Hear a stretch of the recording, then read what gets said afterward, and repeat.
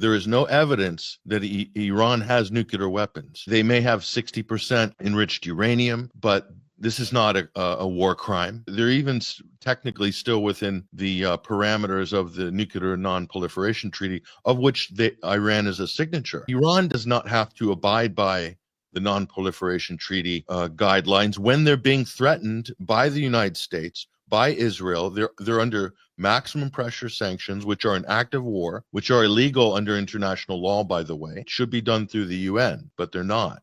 The U.S.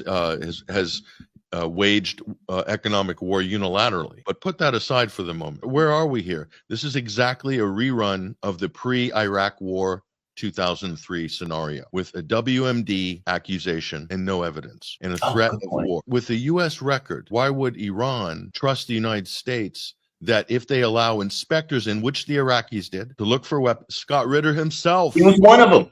He was one of them. This is more baffling why he can't make this argument. He should be leading the argument that this isn't going to work and that the U.S. is not a legitimate party in the political realm. These things they can't be solved through pure force. It must be solved politically. And war is also part of that political equation, of course, but there's going to be a price to pay for that. So Iran has no incentive to comply, because the Iraqis led in the inspections. The inspectors found nothing, and the U.S. bombed them, occupied them, and killed 1.5 million people anyway. Yep. Okay, so the record is not good, and that's the next door neighbor of Iran. So they're well aware of the U.S.